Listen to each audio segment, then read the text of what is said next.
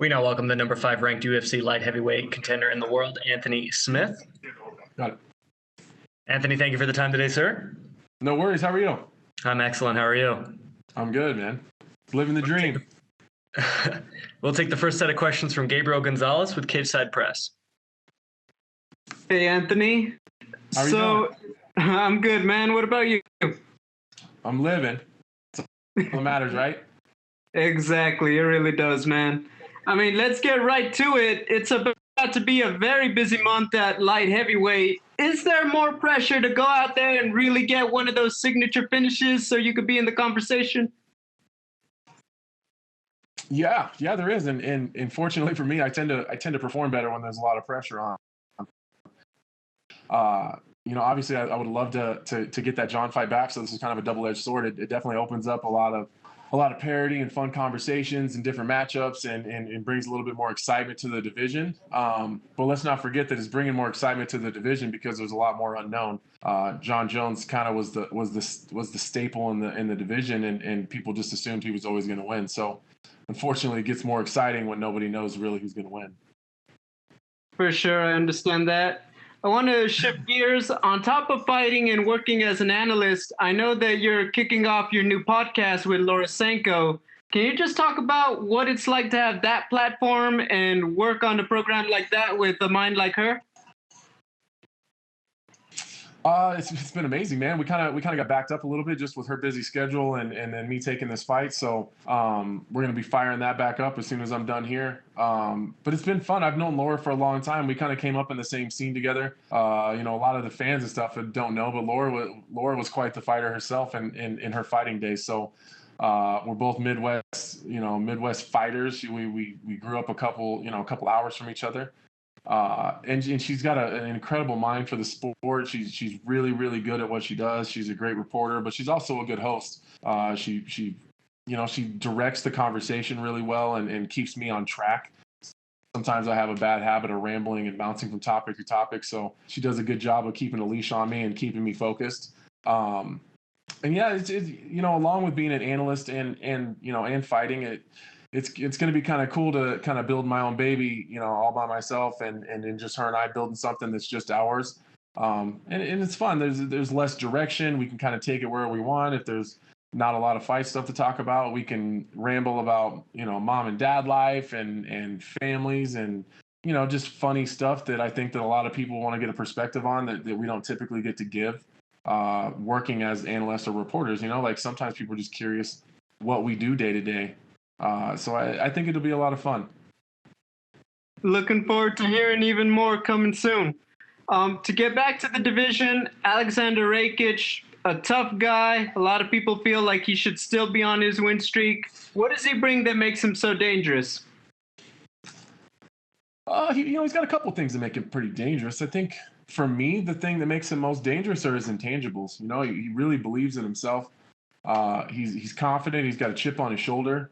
He believes in his power, and he really believes that he's the future of the division. Now, whether that's true or not, we'll find out on Saturday. But the fact that he believes it makes him dangerous.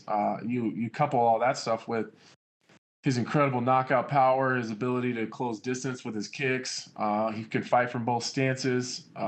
He's an incredible athlete. He's well conditioned. He's not completely a fish out of the water on the ground. So he brings a lot of interesting stuff to the table. Finally, talking about the title picture, I think a lot of people see it as the upcoming fight, Santos versus Glover. Probably that one gets the next the next shot at the title. For yourself, do you see yourself fighting another one of these guys before getting back to the belt if you win on Saturday? It's a possibility. I would think it's going to take me no more than 2, Rakic and one more. But if Glover and Thiago get into a snooze fest, or the winner gets injured, or something like that, it really depends on who wins that fight. If Glover wins that fight, if I'm being very honest with you guys, I will sit down and shut up and wait my turn and go do what I got to do to get my title shot. You won't hear a lot from me arguing about getting a shot over Glover, not just because he just beat me, but just, he's done enough. He's done enough. So I'll keep my loud mouth shut. If it's Thiago, then there's a small argument there. I would have more wins than he had since his title fight. He would also argue that he won that fight. I have the more high-profile win that's also a finish, would be over Alexander Gustafsson. But I also had the hiccup with the Glover fight. But who knows? Who knows? If it's Thiago, there's a somewhat of an argument there. If it's Glover, I'll sit down and shut up. Appreciate it, Anthony. Good luck. Thank you. And we'll take our next set of questions from Augusto Niez-Gay with Somos MMA. Hi, Anthony. How are you? I'm good. My first question is, this will be your second fight during the pandemic, but the first one in the Apex. What do you think about the smaller octagon? Is something that you take into account when you make your fight plan? No, not at all. I know for a lot of guys, the smaller cage does make a difference, and I can absolutely see how that's the case. But I've actually fought in smaller cages than the one that's in the Apex before. So I think a smaller cage benefits me anyways. I'm kind of the in-your-face, walk you down, get dirty type of fighter. So the shorter the distance I got to go, the better for me. He's the one that wants to stay long and fight from the outside and be rangy. And so if there is a benefit or a disadvantage in the smaller cage, I'm definitely the one that will benefit. And Anthony, which aspects do you consider are going to be the key for winning? Without getting too much into my game plan, it's just being technically sound and not losing my temper. That's sometimes what gets me into trouble a little bit. I get a little bit angry, and it's about the only aspect of my life that I do lose my temper. It's all anyone can do to even get me frustrated in regular day-to-day life. I'm just usually a pretty happy-go-lucky guy, but for whatever reason, I have kind of a hair trigger when it comes to controlling my temper in the octagon. So I just got to stay technical and stay focused. I think with a guy like Alexander Rakic being so dangerous, it makes it a lot easier to stay focused the whole time because you can't make any mistakes with a guy like that. So that's really what it comes down to. Just being myself and being technical and just not making any mistakes and staying focused for 15 minutes. And is there anything that you need to be careful of? Yeah, I probably should let him knock me out. That's probably the biggest. That's probably the biggest thing. He's powerful, so I got to make sure I'm not taking too many clean shots. Okay, and Anthony, I want to ask you, how was your preparation after your last fight, after that loss? How did you prepare for this one? Not only physically, but also mentally. What about that process? Well, I was able to go back to Denver and do my entire training camp there, and get back to where I'm the most successful. I wasn't able to do that in the last fight because of the pandemic. So I'm back there and really mentally, it's spending all those weeks away from home and with Mark Montoya. It's the best thing for my mentality. That guy's just he's like my Yoda. He just has such a good perspective on life, and he can tell when I'm having an off day. He can tell when my mind is somewhere else. He can tell when something's bothering me, and then we just work through it. Mark is a mentor and a father figure to me. That's helped a lot, and just really sometimes you just got to work that out in your head. You got to figure it out on your own. So I'm mentally, emotionally, and physically in a better spot than I've been in a really long time. I'm well rested. I'm healthy.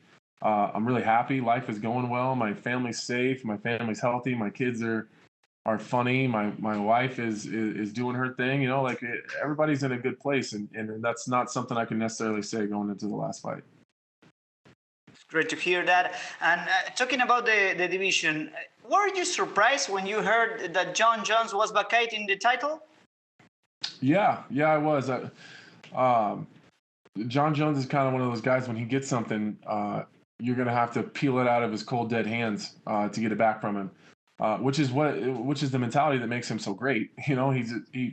Once he's got something, it's his, and you're gonna have to take it from him. So that was a cool look into where Jon Jones is at personally, where he was willing to make the type of decision that that doesn't necessarily benefit him that much, and it does benefit a lot of other people. As you know, I'm not typically the guy that's got a whole bunch of nice things to say about Jon Jones, but that's a noble thing to do, and he could have held on to that title for a long time and gone up to heavyweight and done his thing, and talked about coming back down and not coming back down and drag everybody out for a long time.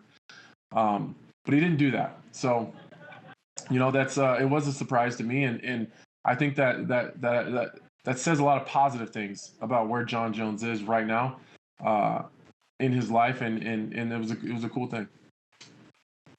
And how do you think he will do at heavyweights? Jon Jones is the best in the world, man, and that's not just in my weight class. That's across all weight classes. I think there's some interesting challenges that are at heavyweight for him.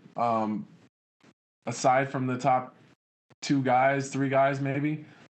I think Jon Jones does whatever he wants to any other heavyweight in the division. I think, your guys like Francis Ngannou, Curtis Blades, Stipe. I think those guys create some interesting problems for him. Just some of them in size, some of them in power and mobility. So some of them in just their body types, and some of them in their skills. And I think those 3 guys create some interesting problems for him. But I'm not, Jon Jones can beat any of those guys.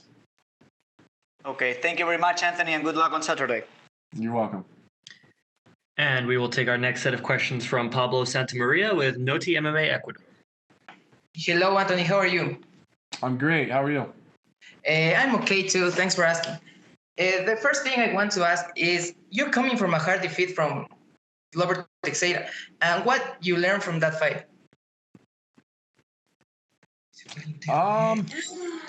That's kind of an open-ended question. I got to stay focused. I guess if that's the one thing I would take from that. I got to do a better job of staying focused and not making silly mistakes. Okay, and what do you consider Rakic's main strengths? His main strengths? Yes. I would say his size. And his mobility and power. He moves like a middleweight, but he's every bit of a light heavyweight as you can get, and he's extremely powerful. Those are the top 3 things that make him dangerous.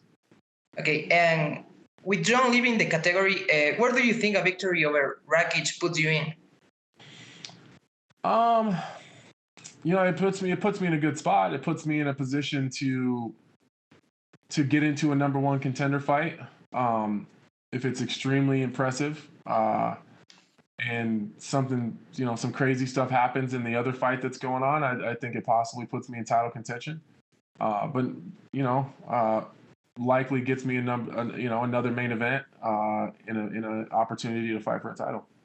And do you think your experience will play a role in getting the victory?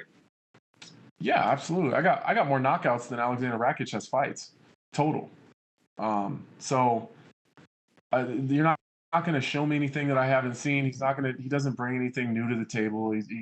He's not super flashy. He's not fancy. He's not super tricky. But that's not saying he's not dangerous.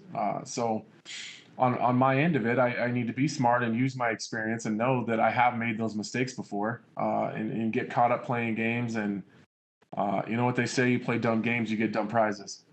So I just need to stay smart. But as far as experience goes, I think that that's absolutely an advantage.